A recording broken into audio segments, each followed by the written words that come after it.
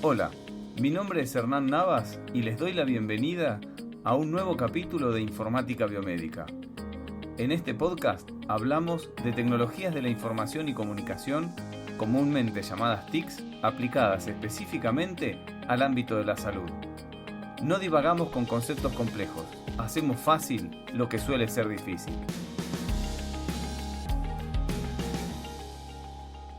En este podcast vamos a hablar de la gestión del cambio.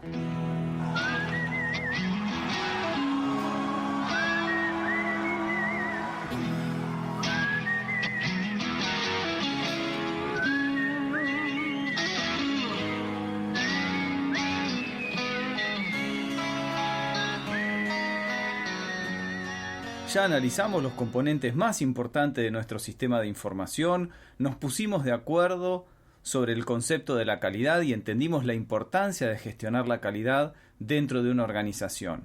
Entendimos la diferencia entre un proceso y un procedimiento y aprendimos la diferencia entre los tres tipos de procesos más importantes que tiene una organización. Aprendimos a identificar los procesos y fundamentalmente a reconocer y a marcar los límites. Y comprendimos que no necesariamente siempre se debe adaptar el sistema de información a los procesos, porque tenemos que tener en cuenta varios aspectos, como por ejemplo la calidad de nuestros procesos y la calidad del sistema de información, entre otras variables. Hablemos ahora de la dimensión más importante, hablemos de la organización. ¿Qué pasa con la organización? ¿Por qué tiene tanta influencia en el éxito o el fracaso de una implementación? Fácil, por la gente, por su historia, por sus costumbres, por su cultura. Existe una resistencia natural al cambio y hay una serie de emociones que recorremos todos frente a un cambio. Sí, todos recorremos las mismas emociones. Hay algunas variables y el tiempo que permanecemos en cada una de estas emociones es diferente. Ahora, ¿qué pasa si dejamos librado al azar este proceso y que cada individuo haga lo que pueda? Estamos perdidos. El fracaso será inevitable. Tenemos que gestionarlo. En este capítulo vamos a conocer entonces el camino de las emociones naturales frente al cambio y cómo gestionarlas adecuadamente mediante dos técnicas: los 8 pasos para liderar el cambio de John Kotter y el modelo ADKAR. Ambos son válidos y pueden ser utilizados indistintamente.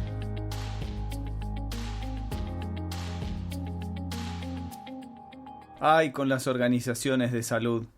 En el episodio 17 ya hablamos sobre las organizaciones de salud, así que vamos a hacer un simple repaso. Dijimos que estas organizaciones tienen una estructura del tipo burocracia profesional, según Mintzberg, es decir, que son muy horizontales y las decisiones no fluyen fácilmente de la cima a la base. No suelen estar orientadas a los procesos. Tienen formas de atención en distintos niveles, con diferentes servicios, prácticamente independientes, como silos de información. El modelo de cuidado es tipo radar. Este modelo anticuado que nos permite conocer la existencia del paciente cuando éste se acerca a la institución. Pero si se aleja de la institución lo perdemos. Hablamos también de la existencia de los errores involuntarios de los profesionales de la salud que pueden generar un daño irreversible en el paciente. En ese mismo episodio hablamos también de la gestión de la información, porque dábamos los fundamentos para la implementación de sistemas de información. Entonces, la gestión de la información merece un punto aparte, porque las organizaciones de salud requieren de la disponibilidad de información fidedigna, oportuna y exacta para poder ejecutar estos servicios sanitarios eficaces y obviamente evitar el error médico. Como vimos en el episodio 23, donde hablábamos de los sistemas de soporte para la toma de decisiones, el médico necesita de la mejor información disponible, tanto del paciente como de la propia literatura científica, para poder tomar decisiones precisas al momento de diseñar un plan diagnóstico terapéutico. Ahora, ¿qué pasa? Claro, la forma en la que habitualmente se registra la información no colabora con esta necesidad que tiene la organización, ni siquiera la que tienen los propios profesionales. Y esto hace que se generen registros parciales, incompletos, ilegibles, almacenados en cajones de vaya a saber qué servicio por donde pasó el paciente, lo que da como resultado, ya habíamos dicho, una información inaccesible, fragmentada, desintegrada y que además existe en cantidades descomunales. ¿Y la organización? Bueno, de eso vamos a hablar en este podcast.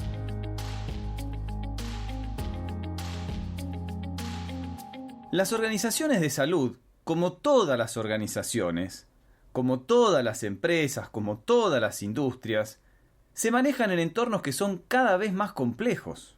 Las organizaciones y sus empleados, incluyendo todos los profesionales de la salud, tienen que cambiar constantemente para seguir siendo competitivos. El cambio es una constante para todos. Si nos focalizamos en la ciencia, vamos a poder encontrar, sin buscar demasiado, cómo las investigaciones aportan constantemente nuevas formas de abordaje a las patologías, y que el avance de la tecnología brinda nuevas formas para el diagnóstico y para el tratamiento, cosa que era impensada años atrás. Sin ir más lejos, todos los desarrollos actuales de la vacuna contra el COVID-19 se están dando a una velocidad que no existió nunca en la historia de la humanidad.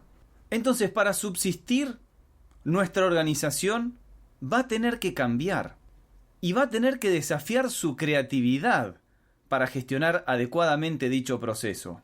Me gusta esta frase de Bilinkis que van a escuchar ahora. Escúchenla y seguimos hablando. Vivimos en un mundo que se mueve más y más rápido y no podemos seguir tomando las decisiones de corto, mediano o largo plazo como si el mundo fuera estático. Cuanto más rápido vamos, más lejos necesitamos ver. En definitiva, si como sucede con muchísimas personas, ustedes creen que cambiar es arriesgado, los invito a probar el riesgo de no cambiar. En este mundo es muchísimo más arriesgado no cambiar que sí hacerlo. En definitiva, el dilema es disromper o ser disrompido. Esto que comenta Santiago Bilinkis de que es más difícil no cambiar que cambiar, realmente es así, y es así en cualquier escenario, en el escenario personal o también en el escenario laboral. Porque vivimos en un mundo de constantes cambios, constantes y rápidos. En el episodio 2, cuando hablamos del acceso a la información biomédica, hablamos de dos conceptos muy importantes. Hablamos del crecimiento exponencial de la información y de la obsolescencia de la literatura científica. Entonces es imprescindible el cambio. Ahora, está claro que cambiar no es lo mismo en todos estos escenarios. Tenemos que cambiar, sí, tenemos que cambiar en nuestra vida personal, tenemos que cambiar en nuestra vida laboral, pero está claro que el impacto de los cambios es diferente. ¿Qué pasa cuando adoptamos nuevas tecnologías? Lo fácil y rápido con lo que adoptamos nuevas tecnologías en nuestra vida cotidiana no tiene nada que ver con la forma y la velocidad de adopción de nuevas herramientas para trabajar. Cambiar la forma de comunicarnos por teléfono y cambiar de teléfono de línea a una llamada de WhatsApp nos puede llevar un par de semanas. Comenzar a utilizar una aplicación de home banking nos puede llevar algunos meses. Pero cambiar la forma de registro en papel de una historia clínica a un formato electrónico puede llevar años. Y no solo eso, puede ser un proceso caótico y traumático para la organización. Todos tenemos una enorme resistencia al cambio. No es un defecto, es una característica central de la personalidad humana, producto de la evolución. La evolución, a través de miles y miles y miles de años, se produjo en un mundo que casi no cambiaba.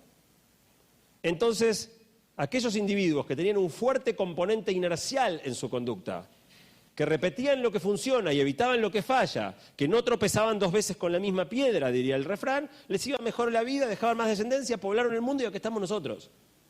Somos los tataranietos de los que básicamente aprendieron claramente que hay que repetir lo que funciona y evitar lo que falla. Esa es la razón por la cual, enfrentados a la necesidad de cambiar o encontrar justificaciones de por qué nosotros no necesitamos cambiar, rápidamente nos ponemos a trabajar en las excusas. Es mucho más fácil construirnos justificaciones de por qué a mí no, que hacernos cargo del dificilísimo desafío de pelear contra nuestra propia resistencia al cambio. Es precisamente la fórmula que te hizo exitoso en el siglo XX, la que puede condenarte al fracaso en el siglo XXI si no sos capaz de cambiar a tiempo. Escuchemos un comentario que hace el doctor Daniel Luna, jefe de informática en salud del Hospital Italiano de Buenos Aires, sobre lo que es la resistencia al cambio, fundamentalmente en los médicos. ¿Hubo resistencias al principio? Sí, por supuesto, por supuesto. A los profesionales médicos somos muy... adoptamos mucho las innovaciones y el cambio, pero en los ámbitos que esencialmente tengan que ver con el proceso asistencial. Lo que tiene que ver con el registro, somos de resistir mucho la forma de trabajo. Tenemos poco tiempo, entonces si vos le pones un sistema que va a hacer que vaya más lento, va a resistir. Entonces hay que buscar el equilibrio para que el sistema que uno desarrolla sea tan rápido como la lapicera. Lo que vos podés hacer con la lapicera va a ser mucho más rápido, o grabando en un grabador va a ser mucho más rápido que un sistema, entonces ahí va a haber resistencia. Y después tener en cuenta que aquellas personas que ya están cerca de su edad de retiro, que les cambies la forma de trabajo no les aporta mucho beneficio. El cambio tiene que ser gestionado y además no va a depender de una única persona. Va a ser necesario que exista todo un equipo capacitado en esto y entrenado en esto. De esta manera, la organización va a poder afrontar eficientemente la realidad para la que se preparó. Este concepto de gestión del cambio, de manejo del cambio, no es algo nuevo. Créanme. Se remonta a mediados del siglo pasado. Hay un primer libro publicado en 1940, otro del año 62, hay otro modelo del año 79. Ahora, no fue hasta la década del 90 que la gestión del cambio se hizo conocida en el entorno empresarial. Y los procesos organizativos formales realmente estuvieron disponibles a partir del año 2000. Pero el concepto de gestión del cambio es de mediados del siglo pasado. ¿Cuál es la reacción emocional natural que tenemos frente a un cambio?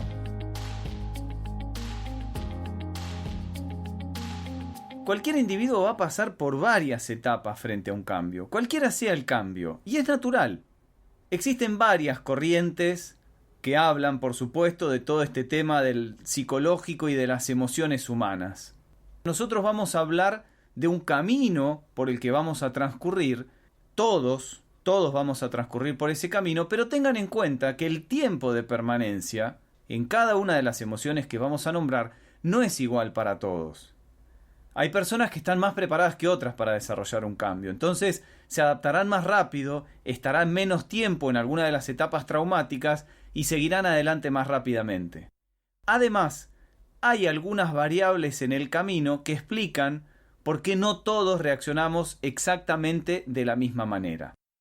Si bien en la película Intensamente, Inside Out, donde esta niña que comenzaba la adolescencia y se mudaba, vivía una serie de cambios que estaban gobernados por 5 emociones, que era felicidad, tristeza, miedo, enojo y asco, vamos a ver que en realidad hay más emociones y vamos a contar más emociones por las que nosotros vamos a transcurrir.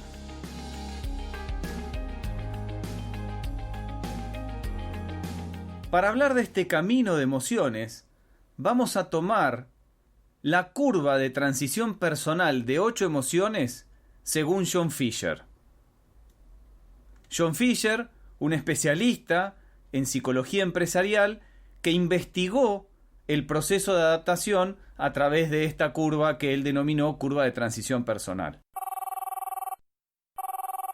Tenemos que tener en cuenta que todo cambio implica salir del statu quo. Un término que seguramente han escuchado mucho. ¿Qué es el statu quo? Literalmente es un término obviamente en latín que literalmente significa en el estado en que. Esa es la definición literal. Statu quo significa en el estado en que. Y define el estado de las cosas en un determinado momento. Cuando habitualmente hablamos del statu quo, hacemos alusión al balance de poderes vigente en un momento o al sistema imperante en una sociedad o al modo en el que las cosas están. De esta manera, los agentes, procesos o argumentos que favorecen al statu quo son aquellos considerados conservadores. Valoran el modo en que las cosas están y no comprenden que haya necesidad de un cambio. Es decir, que son opuestos a los revolucionarios o vanguardistas, que justamente lo que abogan es sobre un nuevo orden, uno distinto, que de lograrlo pasaría a ser un pro-statu quo, va a ser un nuevo statu quo. Entonces, el cambio implica siempre la transición de ese estado en el que están las cosas, de ese statu quo, a un nuevo estado en el que van a estar las cosas, hacia un nuevo statu quo. Las 8 emociones, definidas por Fisher en esta curva de transición, comienzan con la ansiedad. Tenemos incertidumbre de lo que implica el futuro y no tenemos información sobre las consecuencias del cambio. De ahí pasamos a otra emoción, pasamos a la felicidad. Sentimos alivio de que algo va a cambiar, por fin las cosas cambian. Y nos entusiasmamos por la posibilidad de que el cambio genere impacto positivo en nosotros. Hay otros en la organización que van a compartir nuestro punto de vista, no estamos solos.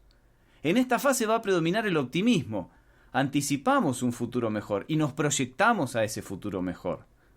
Pero acá hay un riesgo. ¿Y cuál es? Que el cambio se convierta en una proyección idealista, es decir, que esperemos más del cambio de lo que verdaderamente nos puede dar. Lo que hace necesario e imprescindible gestionar y redefinir expectativas para alinear a las personas. Para los facilitadores o gestores del cambio, esta fase es clave. Al realizar intervenciones exitosas en esta frase... ¿En esta qué? ¿En esta frase? No, en esta fase. Es posible aplanar el resto de la curva. Al informar e involucrar a las personas en esta fase, las ayudamos a moverse mejor por el proceso de cambio. Pero hay un desvío que puede ocurrir en este punto, que nos lleva a una emoción bastante contraria, que es la negación. No aceptamos el cambio y negamos cualquier impacto que pueda tener sobre nosotros. Seguimos actuando como si no hubiera cambio. Usamos las prácticas y procesos anteriores, ignorando inclusive evidencias o información que sea contraria a nuestro sistema de creencias. Es el síndrome del avestruz. Ponemos la cabeza en un agujero en la tierra y lo que no veo o no reconozco no existe. La tercera emoción, definida por Fisher, es la preocupación, temor o el miedo, digamos, depende de la traducción que encontremos. Ya estamos metidos en el proceso, pero nos planteamos qué implicancias directas tiene esta transición en nuestra vida y cómo la va a afectar. Vamos a necesitar actuar de una manera diferente y esto va a tener un impacto tanto en nuestra autopercepción como en cómo nos ven los demás a nosotros. Creemos que vamos a poder seguir operando de la misma manera solamente escogiendo una acción nueva que sea un poco más apropiada. Esta es una de las emociones claves que causan resistencia al cambio. Y a la preocupación, temor o miedo le sigue la amenaza. Como la transición implica que tenemos que cambiar conductas, comportamientos y formas de pensar, empezamos a negar de alguna manera el beneficio. Al ver que este cambio va a tener un impacto fundamental sobre quiénes somos y cómo nos vemos, nos causa un shock. Y esto dispara todo tipo de reacciones. La más frecuente es sentir mucha inseguridad interna y la imposibilidad de ver un futuro más claro. Estamos inseguros de cómo actuar en un entorno potencialmente nuevo, donde las reglas viejas ya no aplican, pero todavía no existen reglas nuevas. Esta es la segunda emoción clave en la generación de resistencia al cambio. La quinta emoción es la culpa. No somos quienes pensábamos que éramos. Una vez que comenzamos a explorar nuestra propia percepción, cómo actuamos o reaccionamos en el pasado y buscamos interpretaciones alternativas, comenzamos a redefinir nuestro sentido de nosotros mismos. El reconocimiento de lo inapropiado de nuestras acciones anteriores y las implicancias para nosotros como personas puede causarnos culpa al darnos cuenta del impacto en nuestro comportamiento. También podría surgir vergüenza, que es la conciencia de un cambio negativo en la opinión de otra persona sobre nosotros, de lo que nosotros creemos que debería ser. Y hay dos desvíos en este momento en la curva. El primero es la desilusión. No logramos compatibilizar nuestros propios valores, creencias y metas con aquellos del cambio. Nos volvemos desmotivados, desenfocados, cada vez más insatisfechos y gradualmente retiramos nuestro trabajo, ya sea mentalmente, porque solamente seguimos los movimientos y hacemos lo mínimo, o físicamente, renunciando a la organización. Ya empezamos un camino hacia abajo. También el otro desvío que se puede dar es la hostilidad, donde criticamos activamente el proceso y boicoteamos activamente el cambio, criticamos, nos quejamos y constantemente ponemos palos en la rueda para que fracase. Y llegando al valle de la curva, donde no podemos caer más bajo, llega la sexta emoción, que es la depresión. Tomamos conciencia de que nuestras acciones, comportamientos y creencias pasadas son incompatibles con la construcción central de nuestra identidad. Tenemos una falta general de motivación y estamos confundidos. No estamos seguros de lo que nos depara el futuro y cómo podemos encajar en ese mundo futuro.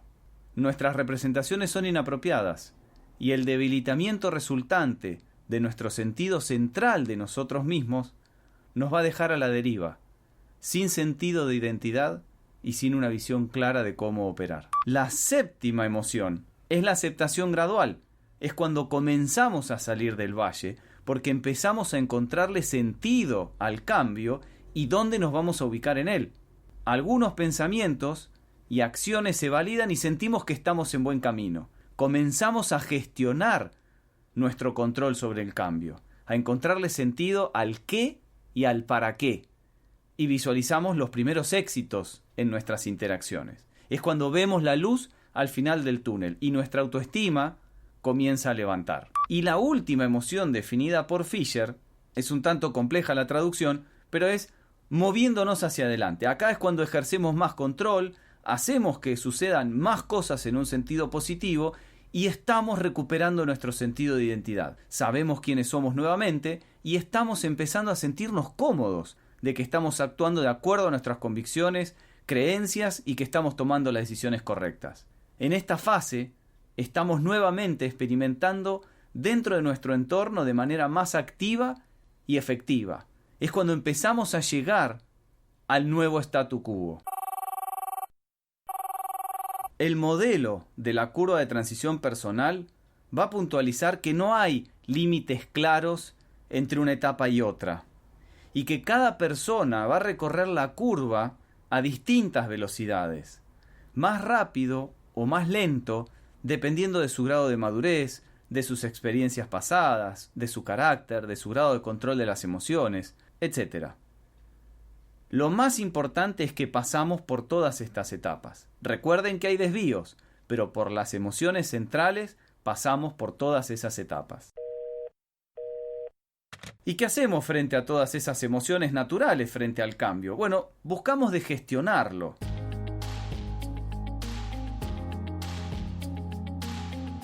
No existe una solución correcta y una solución incorrecta. Lo que vamos a encontrar es que va a haber soluciones o metodologías que se van a adaptar mejor a la organización o al proyecto en particular con respecto a otras.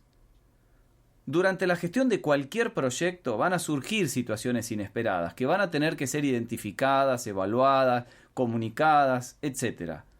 Situaciones que van a tener que gestionarse mediante un control integrado de cambios diseñado específicamente para cada proyecto en particular. Pero vamos a hablar de dos metodologías concretas. La primera son los 8 pasos para liderar el cambio de John Kotter. Y la segunda es el modelo ADKAR.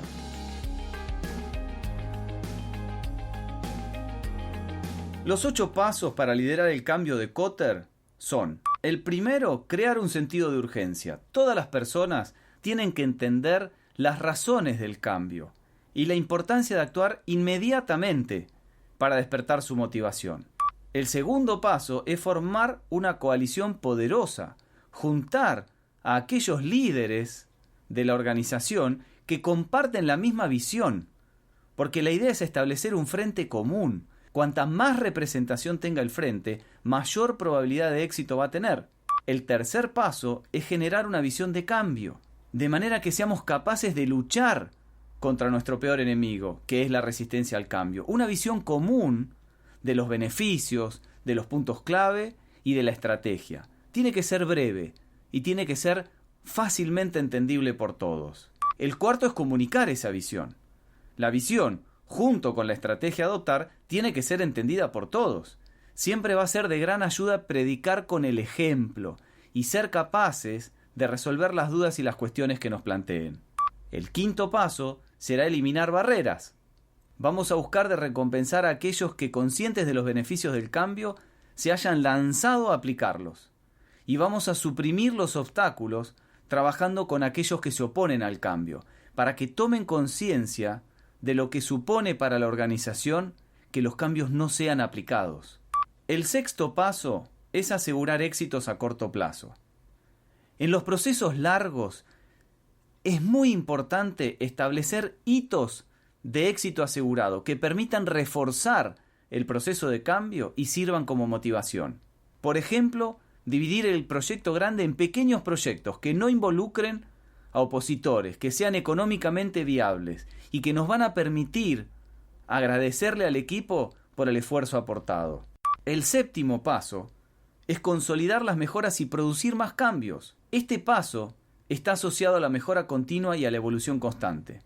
Celebrar los éxitos sí, es bueno, es importante y es necesario, pero hay que seguir buscando porque podemos mejorar, convirtiendo la consolidación en un proceso iterativo hasta conseguir el objetivo buscado. Y por último, el paso número 8 es estandarizar los nuevos enfoques.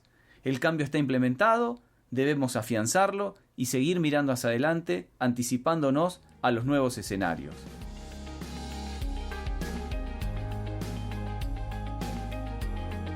La otra metodología es el modelo ADKAR. Es un acrónimo que representa los 5 hitos o resultados que un individuo tiene que lograr para que un cambio se realice con éxito. Conciencia, deseo, conocimiento, habilidad y refuerzo. Cuando se aplica al cambio organizacional, este modelo permite a los líderes y a los equipos de gestión del cambio enfocar sus actividades en lo que va a impulsar colectivamente el cambio individual y va a producir resultados en las organizaciones. Los objetivos o resultados definidos por este modelo son secuenciales y acumulativos y tienen que lograrse en orden. Para que un cambio sea implementado y sostenido, un individuo debe progresar a través de cada uno de estos hitos, comenzando por el primero, la conciencia. El primer hito entonces es construir la conciencia, awareness. Satisfacer la necesidad humana de saber por qué es un factor crítico para gestionar y permitir el cambio. La gente comienza a buscar esta información ante los primeros signos de cambio. En cualquier organización, los empleados, o desde los empleados hasta los gerentes, se van a sentir ansiosos por conocer los motivos empresariales u organizativos del cambio, para que puedan comprender mejor el cambio y alinearse con la dirección de la organización. Algunos creen, o muchos creen, que compartir información ya es suficiente para generar esta conciencia, y no es el caso. Porque la efectividad de la comunicación depende de cómo se reciben e internalizan los mensajes. El segundo hito es desear el cambio, desire. Cuando se ha establecido la conciencia, el siguiente paso para un individuo es hacer una decisión personal de participar en el cambio.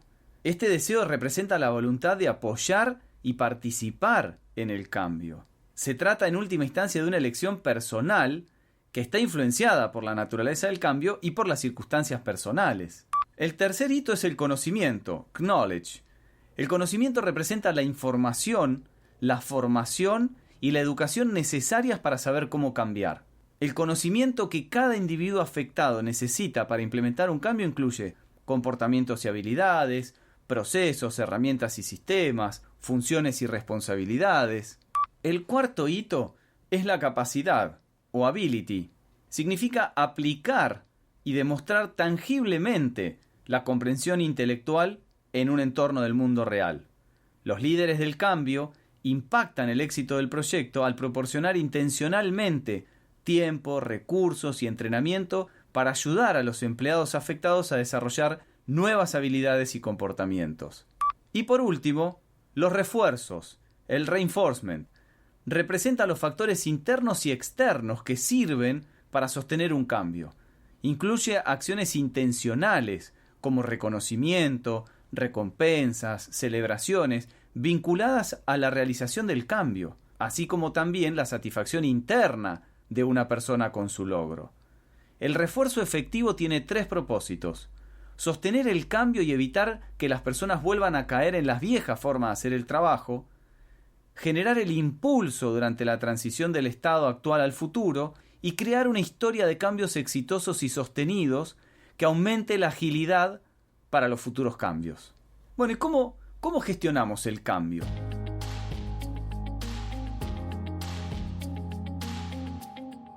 Todos los métodos concluyen que el cambio es difícil y engorroso.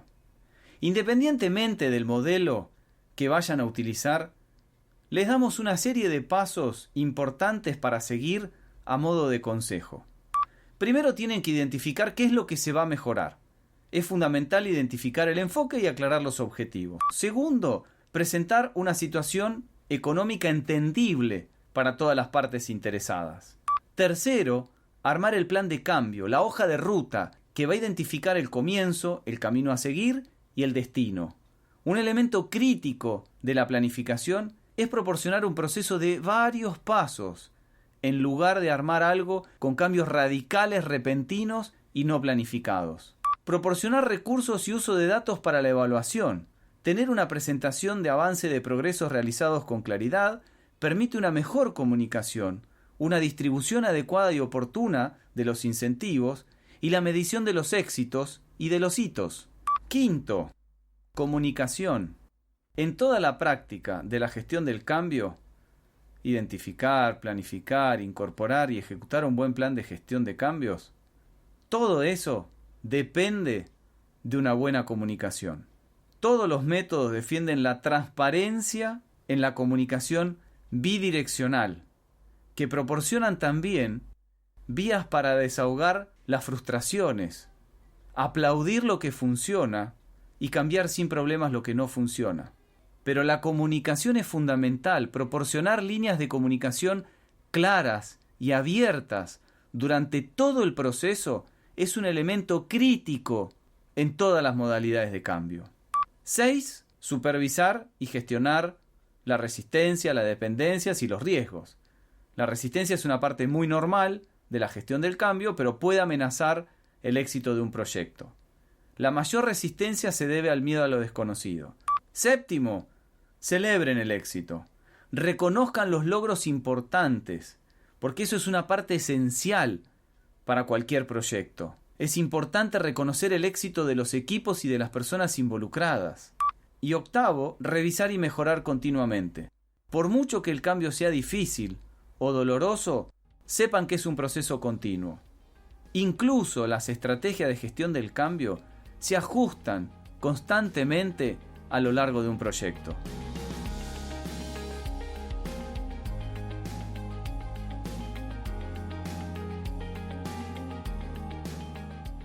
En este podcast hablamos de la gestión del cambio. Dijimos que las organizaciones se manejan en entornos cada vez más complejos y que para subsistir tienen que cambiar. Hablamos de la reacción natural frente al cambio, que cualquier individuo va a pasar por varias etapas frente a un cambio, sea cual sea el cambio. Pero aclaramos que el tiempo de permanencia en cada una no es igual y hay algunas variantes. Nombramos la curva de transición personal de Fisher, de ese camino de 8 emociones: ansiedad, felicidad, que puede desviar a la negación; preocupación, amenaza, culpabilidad, que puede desviar a la desilusión u hostilidad; la depresión, aceptación gradual; y por último, moverse hacia adelante. Y hablamos de 2 modelos para gestionar el cambio. El modelo de 8 pasos para liderar el cambio de Kotter: crear el sentido de urgencia, formar la coalición poderosa, generar una visión de cambio, comunicar la visión, eliminar las barreras, asegurar los éxitos a corto plazo, consolidar mejoras y producir más cambios y estandarizar los nuevos enfoques. Y el modelo ADKAR, que dijimos que era construir conciencia, desear el cambio, conocimiento, capacidad y refuerzos. Y por último, hablamos de cómo gestionar el cambio y dijimos que tenemos que identificar lo que se va a mejorar, presentar una situación económica entendible para todas las partes interesadas, tenemos que armar un plan de cambio, tenemos que proporcionar recursos y datos para la evaluación, tenemos que comunicar, fundamental, tenemos que supervisar y gestionar la resistencia a las dependencias y los riesgos, tenemos que celebrar el éxito y tenemos que revisar y mejorar continuamente. En el próximo podcast vamos a hablar de la gestión de proyectos. ¿Qué es un proyecto? ¿Qué no es un proyecto? ¿Un proceso y un proyecto es lo mismo? ¿Cómo están compuestos los proyectos? ¿Cuáles son los roles de los protagonistas de un proyecto? ¿Por qué el personaje principal es el que administra el proyecto y sus habilidades son claves para el éxito?